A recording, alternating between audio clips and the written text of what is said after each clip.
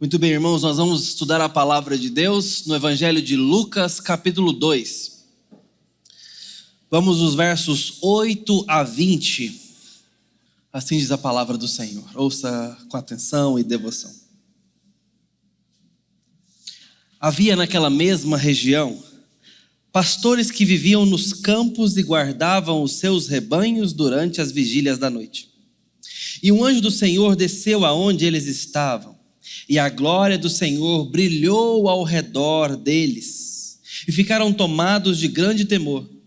O anjo, porém, lhes disse: não tenham medo, estou aqui para lhes trazer boa nova de grande alegria, que será para todo o povo.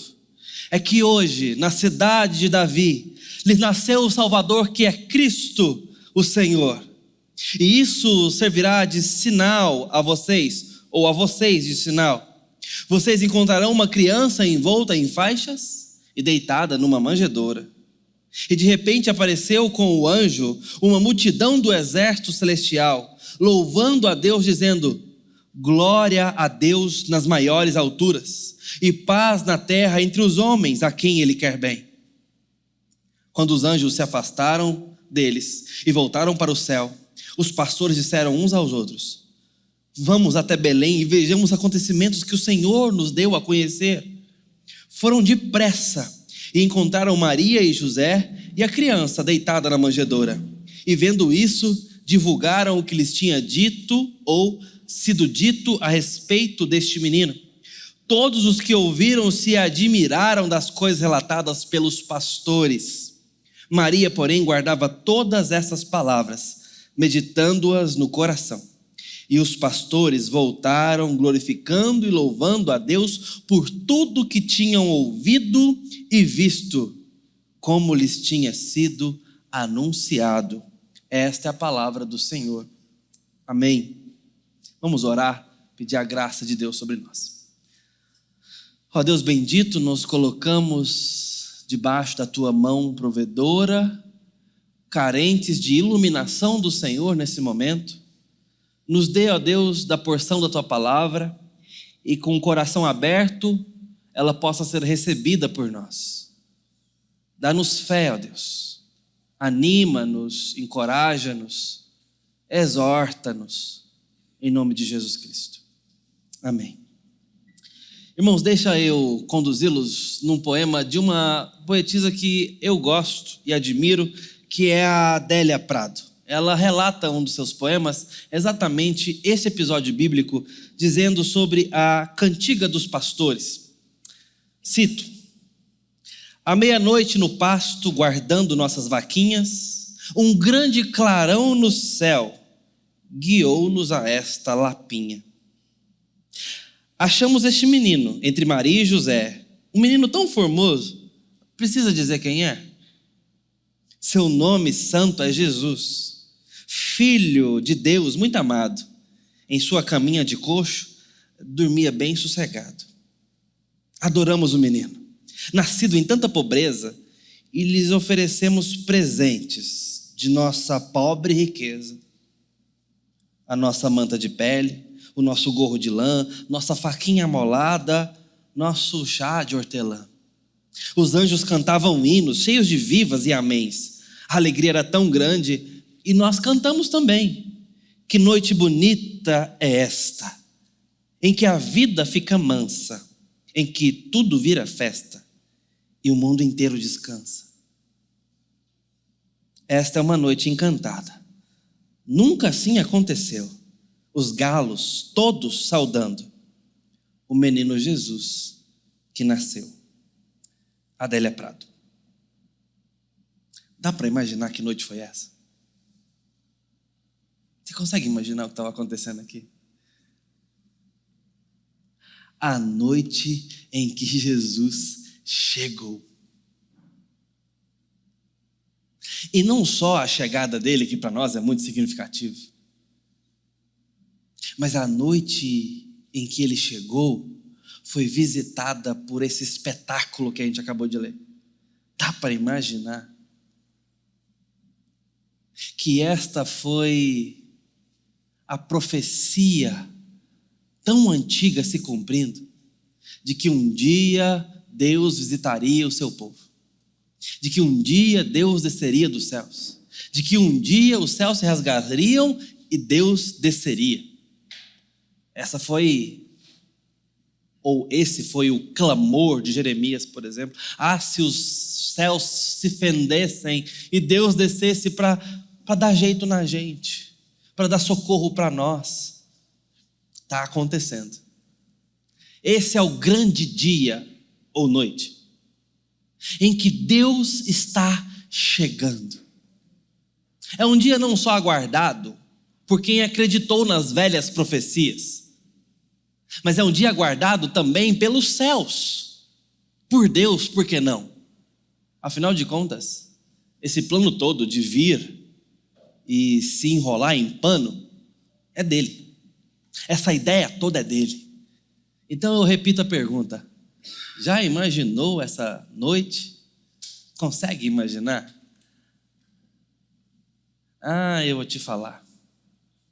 Eu queria estar nessa vigília. Eu queria. Mas eu quero te dizer que o inusitado está acontecendo. Era uma noite comum, ela termina espetacular, mas ela não começa espetacular. É uma noite qualquer. Você percebeu como é que o texto começa? Havia naquela mesma região pastores que viviam nos campos e guardavam seus rebanhos nas vigílias da noite. Como diria o meu filho, chato. Que chato. Chato. É mais uma noite de trabalho. E ouso dizer, um trabalho chato. Vigílias da noite, cuidando de rebanho, que fica mastigando e dormindo. E você está ali. A prosa acaba. O sono vem, passa, volta. É um trabalho chato. É mais uma noite de trabalho. Com todo respeito ao trabalho dos vigias, dos porteiros, daqueles que zelam pelas horas da madrugada, com todo o respeito. Mas é mais uma noite de trabalho. É uma noite que começa como qualquer outra, como quem sai para trabalhar. Mas o inusitado está para acontecer, não está? Não vai ser a mesma noite, não vai ser uma noite qualquer, não é verdade? Vai ser a maior noite da vida daqueles vigias pastores. Eu estou chamando eles de vigias para que a gente atualize um pouco o texto. Não confunda esses pastores com esse tipo de pastor, não. Esses pastores aqui são pastores de ovelha mesmo, gente que cuida de gado à noite, na vigília da noite. Talvez seja mais apropriado que eu e você os confundamos com os vigias mesmo aí dos nossos condomínios, da rua. Sabe aqueles que andam de motinha, com uma sirenezinha, madrugada fora, e você nem sabe quando é que eles param de buzinar. Porque quem tem que vigiar são eles. Quando é que o porteiro do seu prédio dorme? Será que ele dorme? Talvez tire um cochilo, né? Que momento? Você não sabe? Claro que não. Não é papel seu, é papel dele. Mas eu acho que o trabalho deles combina mais com esse tipo de trabalho aqui. Sabe, esse trabalho que às vezes a gente não percebe, a gente não valoriza, a gente não está tão interessado. Meu sonho um dia é ser porteiro do meu condomínio. Já imaginou seu filho falando? Papai, quando eu crescer, lá no nosso é o tio Carlos. Quando eu crescer, eu quero ter o trabalho do tio Carlos. Ficar ali, olhando o monitor do Big Brother e tomando café madrugada fora. Uau, que plano, não, filho? Talvez você certamente não se encante com esse tipo de trabalho. Quer dizer que não é digno? Muito pelo contrário. Claro que é. Aliás, trabalho com honra e dignidade, trabalho justo, é digno. Mas a gente não se importa tanto, não é verdade? A gente está mais valorizando outras profissões normalmente. Eu sei disso. Mas alguém tem que fazer o serviço. Os pastores aqui são gente periférica. É gente que está fazendo um trabalho que ninguém quer fazer normalmente. Cujas crianças não sonham. Cujos pais não sonham para os seus filhos. Que não tem na lista de vestibular. É uma profissão à deriva.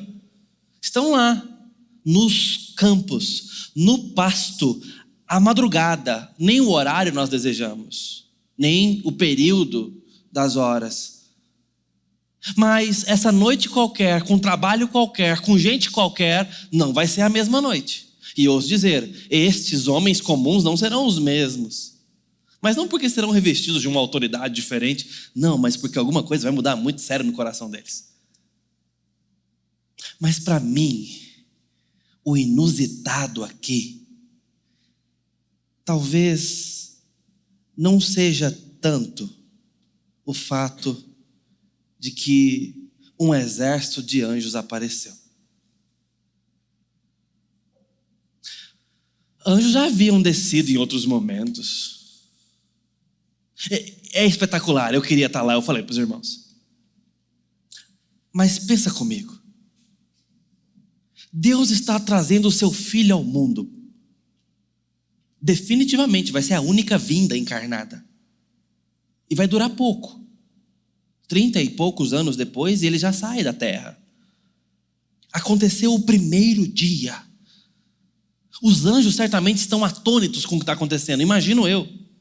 Porque pela primeira vez, Deus está se humilhando. Então é muito inusitado tudo que está acontecendo. Um exército de anjos aparecendo, eu já volto nessa cena daqui a pouco, segure ela. Deus encarnando, isso é completamente sui generis, isso é completamente inusitado. Sim, é.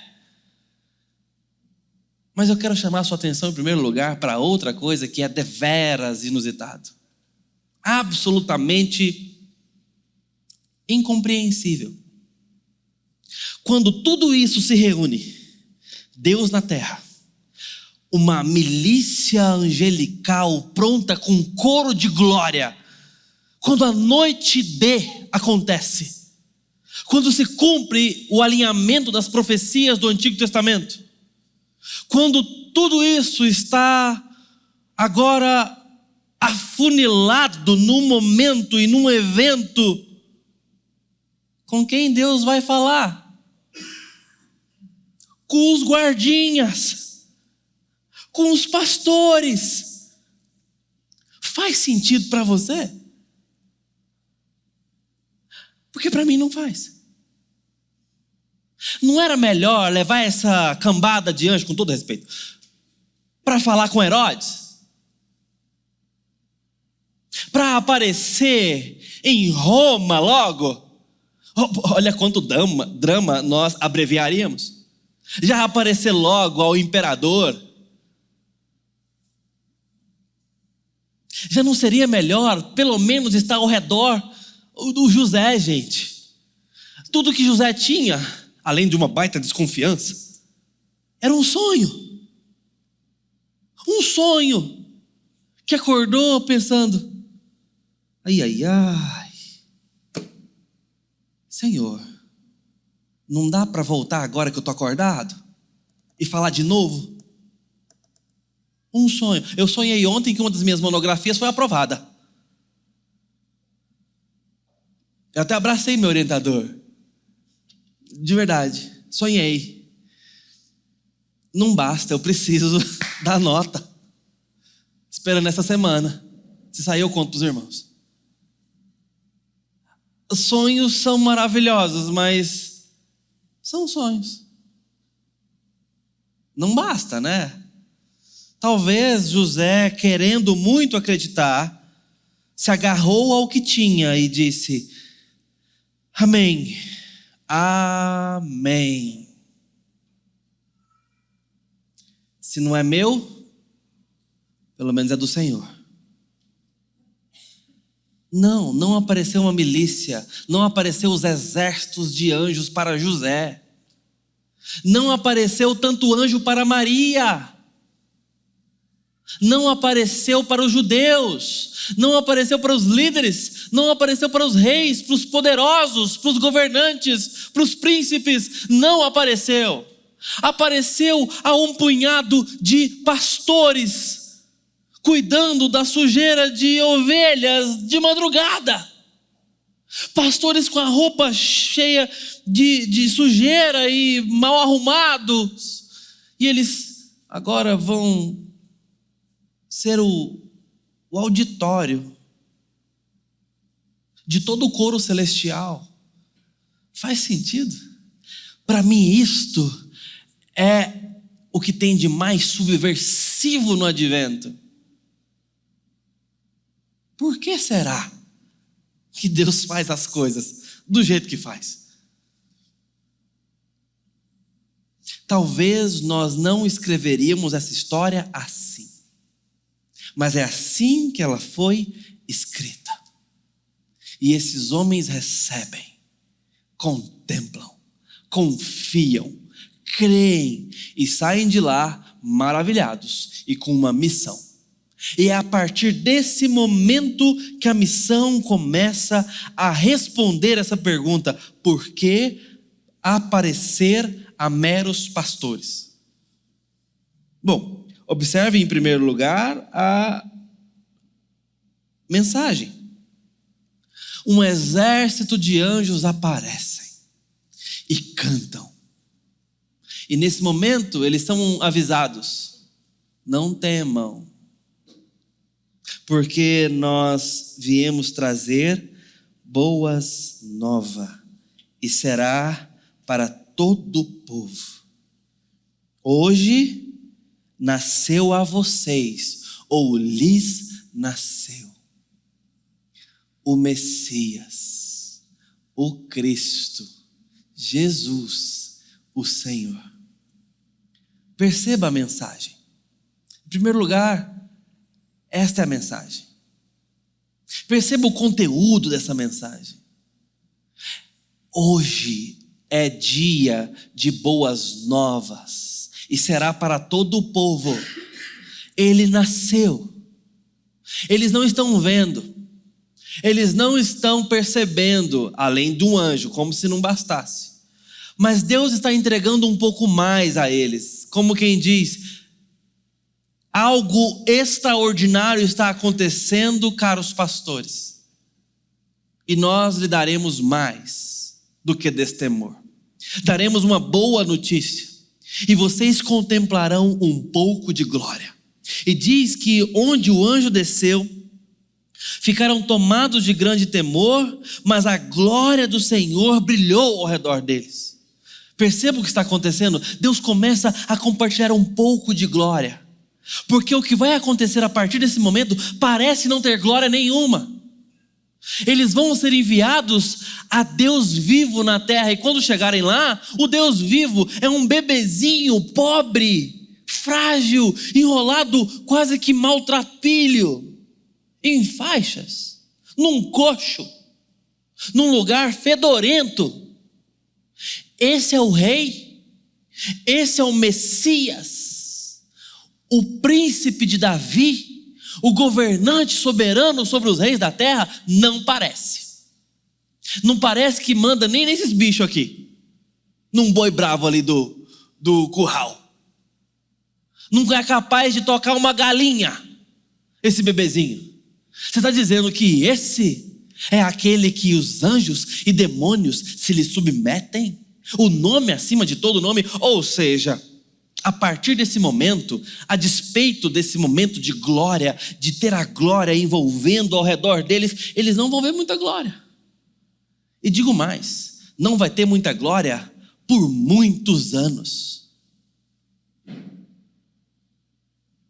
E o que eles recebem nas mãos não é algo cheio de glória. Eles recebem meras palavras. Mas antes, eles veem então aquele exército de anjos. E Deus está dizendo através daqueles anjos: glória a Deus nas maiores alturas e paz entre os homens, a quem Ele quer bem. Os anjos estavam dizendo: nasceu o Senhor, quase que num tom militar, como quem diz: o Senhor nasceu, o nosso Senhor nasceu.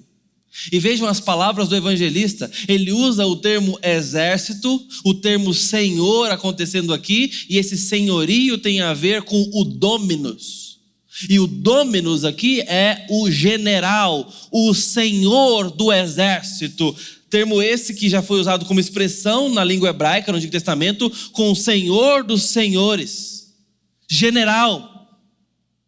Esse Senhor que se assenta no trono está sendo evocado na boca dos anjos que cantam, como quem diz: homens, Deus quer muito a paz de vocês, Deus quer muito bem a vocês, porque o que está acontecendo aqui nós jamais poderíamos imaginar.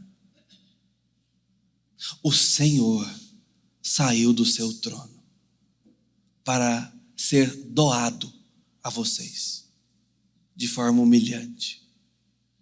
Se apequenou em criatura, em carne, em fragilidade, em humildade, em obediência.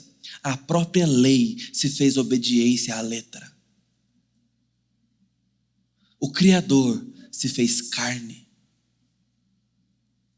para morrer, para ser insultado, para ser envergonhado, porque Deus quer bem aos homens. Deus quer paz na terra, e este é o preço a ser pago. Os anjos estão cantando como quem está diante de uma grande e terrível novidade, embora seja boa nova para a humanidade. Mas para os anjos não parece fazer muito sentido, convenhamos. Por quanto tempo passaram adorando, se essa eu posso mensurar de forma cronológica, adorando ao Senhor, adorando a Cristo. E agora eles estão contemplando Cristo envergonhado, doado à humanidade.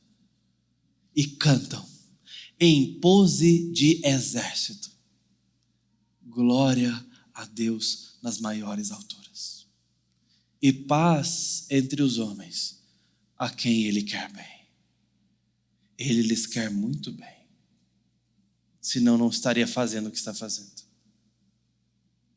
Eu consigo imaginar, e é só uma imaginação minha, a incredulidade desses anjos, a indignação santa, porém talvez verdadeira, dizendo: o que Deus está fazendo é completamente inacreditável. É por isso que o autor aos Filipenses, o apóstolo Paulo, disse no capítulo 2, versos 5 a 8: tende em vocês mesmos o mesmo sentimento que houve em Cristo Jesus. Explica: pois ele, subsistindo em forma de Deus, não julgou com usurpação o ser igual a Deus, antes a si mesmo se esvaziou, assumindo a forma de servo, tornando-se em semelhança de homens, e reconhecido em figura humana, a si mesmo se humilhou, tornando-se obediente até a morte, e morte de cruz. Era isso que estava acontecendo, e aqueles anjos estavam ali contemplando o evento histórico dessa humilhação, desse esvaziamento, desse prenúncio de morte, como quem diz: agora que ele encarnou, realmente ele vai morrer. Porque Deus quer bem aos homens. Sangue puro precisa ser derramado. Esta é a mensagem, esse é o cântico, esta é a glória compartilhada, e aqueles homens contemplam. Esse para mim é o clímax do texto, e o inusitado, portanto, porque aqui Deus está mostrando como será toda a missão cristã até que Cristo volte. Como? Não seremos testemunhas oculares como os pastores, mas teremos que fazer o que eles fizeram, e a partir deles o que outros fizeram: ouvir, crer e passar adiante. ouvir, crer e passar adiante. E assim por diante. Porque eles vão depressa contar o que tinham visto. Vamos até Belém e vejamos os acontecimentos que o Senhor nos deu a acontecer. Eles vão com fé de que o Senhor vai cumprir a sua palavra. Eles vão com expectativa de que o que eles têm para anunciar terá como recompensa a palavra de Deus cumprida. Se Ele falou, depois que nos manifestou essa glória, que Cristo vai estar lá envolto em panos, Ele vai estar. E eles foram e de alguma forma acharam um curral escondido, porque Maria e José não estavam anunciando em nenhum outdoor onde eles estavam, não tinha localização pelo WhatsApp, mas mesmo assim os pastores acharam o curral onde eles estavam e anunciaram. Gente, anjos apareceram e nos falaram que Jesus nasceu, que é Ele é o Senhor. E eles adoraram esse menino, cabe a nós adorarmos também. Nós vimos Maria, José. Homem, se tu tinha alguma dúvida, creia, abestado, porque é Deus que está aí. Nós vimos. Esses são os pastores. E eles todos se maravilharam e deram glória, divulgaram, disseram tudo o que tinham visto e ouvido a respeito do menino. Verso 18: todos os que ouviram se admiraram das coisas relatadas pelos pastores. Maria, porém, bem pensativa, vivendo tudo aquilo, tentando assimilar toda essa experiência, esse furacão espiritual, emocional, guardava no coração. Mas eu quero te dizer que o inusitado continua acontecendo hoje. Porque da mesma forma que aqueles homens receberam palavras, nós recebemos palavras. E aqui José, Maria e todos aqueles outros, e os discípulos dos discípulos, não viram um exército de anjos. E talvez eu e você também não tenhamos visto. Mas, da mesma forma, devemos nos maravilhar com a mensagem das boas novas do Evangelho. Crer nelas, anunciá-las, como quem tem expectativa de que Deus vai cumprir a sua promessa. A pergunta que eu te faço, portanto, é: você crê? Ou você precisa de uma milícia de anjos? Porque não virão milícias de anjos, não aparecerão exércitos de anjos, muito provavelmente não. Porque não apareceram aos discípulos, não apareceram aos governantes, não apareceram nem a José, como eu disse. Por isso que eu falei que o maior evento inusitado dessa narrativa aconteceu lá no pasto, onde alguns pastores viram, na calada da noite. Não é assim que Deus faz normalmente. Normalmente, Deus fala para você que é verdade, e você crê e age, e prega, e dá testemunho, e anuncia, e vê os resultados, por meras palavras. Então eu pergunto: você crê nas meras palavras? Você crê que Cristo nasceu e crê nisso através de meras palavras? Você aceita isso como verdade? Você toma isso por verdade? Porque se sim, pode acontecer conosco o que aconteceu com aqueles pastores do campo. Vamos ser tomados de temor, vamos nos envolver com a glória de Deus, porque a palavra de Deus dá testemunho desse Deus maravilhoso, que anjo nenhum é capaz de expressar tamanha glória. Se cremos com temor na palavra dele, nunca mais seremos os mesmos, como esses homens não foram os mesmos, como Maria não foi a mesma, como José não foi. Se cremos que Cristo foi enviado para perdoar os nossos pecados e nos dar salvação, conforme a boa nova do Evangelho, a nossa vida será completamente transformada e nunca mais seremos os mesmos.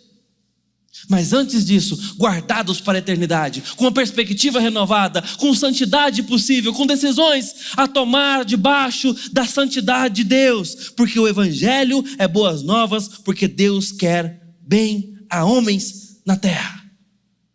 Você crê nessas palavras? Fará toda a diferença se você crê ou não. Toda a diferença.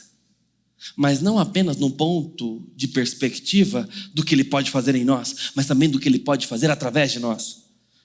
Crer no Evangelho, crer nessas palavras, pode habilitar a mim e a você a que obedeçamos essa palavra e vejamos os frutos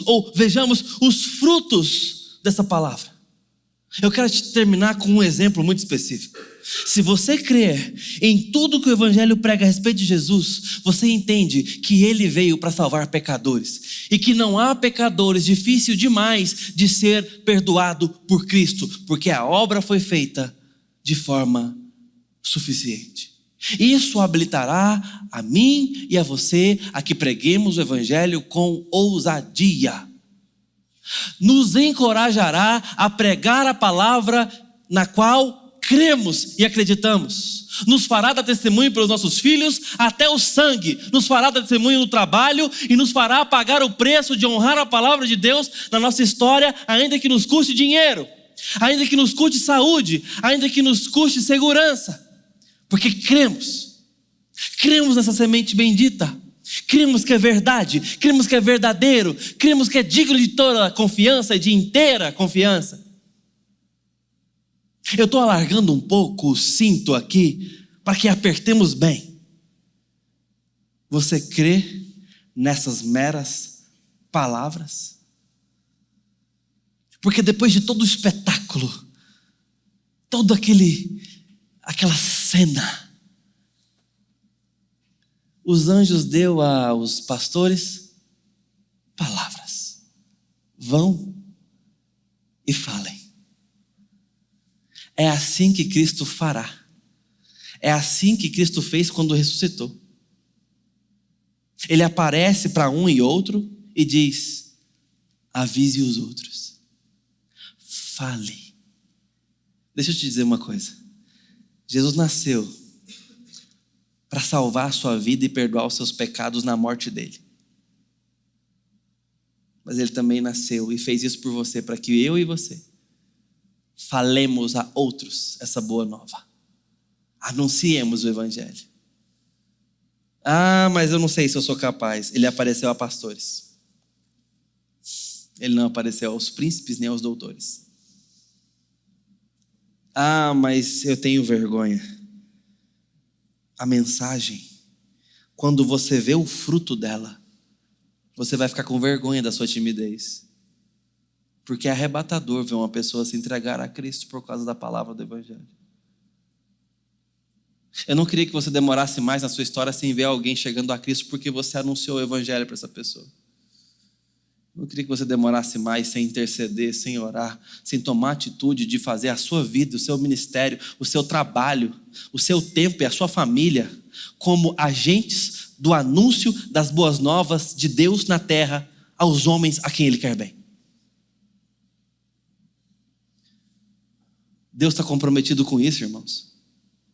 Muito mais do que os seus planos de final de ano que vão vir agora. Ele está comprometido com esse plano.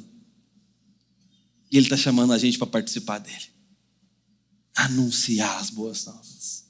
Que Cristo nasceu. Cristo nasceu. O advento está aí. Os alemães começaram essa prática há um tempo atrás, muito tempo atrás, de ensinar as suas famílias a contagem regressiva que marca simbolicamente a chegada de Cristo. É simbolicamente. Ah, quando é que veio mesmo? Então, noutras datas. Mas nessa, convencionalmente agora em dezembro, nós temos alguns empurrãozinhos culturais. Vamos aproveitar eles? Vamos aproveitar? Vamos aproveitar para falar mais de Cristo às nossas famílias? Ensinar aos nossos filhos sobre a vinda de Cristo? Lá em casa a gente não tem cultura de Papai Noel, a gente não coloca lá dentro, mas também não estou satanizando. Seja qual for a sua cultura, ela precisa estar completamente encharcada do Evangelho. Eu queria que você em casa aproveitasse o tempo com o cônjuge, com os filhos. Para que esteja muito vivo e claro, não só agora em dezembro, mas aproveite que a cidade está enfeitada, para a gente poder falar de como o evangelho brilhou na história, para que a gente enxergue, mesmo estando nas trevas. Seus filhos vão aprender sobre Papai Noel e presentes na escola, nos shoppings, na televisão. Aproveite a oportunidade para falar sobre Jesus Cristo. Aproveite. Adore o Messias. Não precisa adorar o menino não, já passou da hora. Adore o Cristo ressurreto. Mas ensine sobre a encarnação do Cristo na manjedoura. Ensine. Aproveite a oportunidade. Faça isso anualmente. Faça isso recorrentemente. Pregue o evangelho para seus colegas de trabalho. Pregue o evangelho para seus parentes. Vai fazer ceia de Natal? Tá tudo bem, não condeno. Boa oportunidade para reunir a família. Oportunidade boa para brigar também, então escolha o seu lado. Se evitar grupo de WhatsApp para organizar a comida já ajuda a evitar briga, tá? Se pular essa aí já ajuda bastante. Mas não deixe de pregar o evangelho publicamente nesse jantar. Um momento, quero agradecer. Posso agradecer o alimento? Sim, mas eu quero agradecer a Jesus que nasceu, se encarnou para perdoar os nossos pecados e veio para o nosso bem. E se hoje nós cremos no nome dele, haverá perdão para os nossos pecados. Amém, tia Nilda? Amém, tio Raimundo? Viu, sobrinhos? Viu, pentelhada? Pode ter perdão para vocês. Pode. Nossa, mas vou parecer aqueles evangélicos, né? Exatamente isso. Coisa de crente, pregar o evangelho inoportunamente. Não precisa perder a elegância, mas não espere permissão para pregar o evangelho. Você está aqui para isso, querido. Pregue o evangelho. Pregue o evangelho. Pregue o evangelho. Pregue o evangelho. Vamos orar.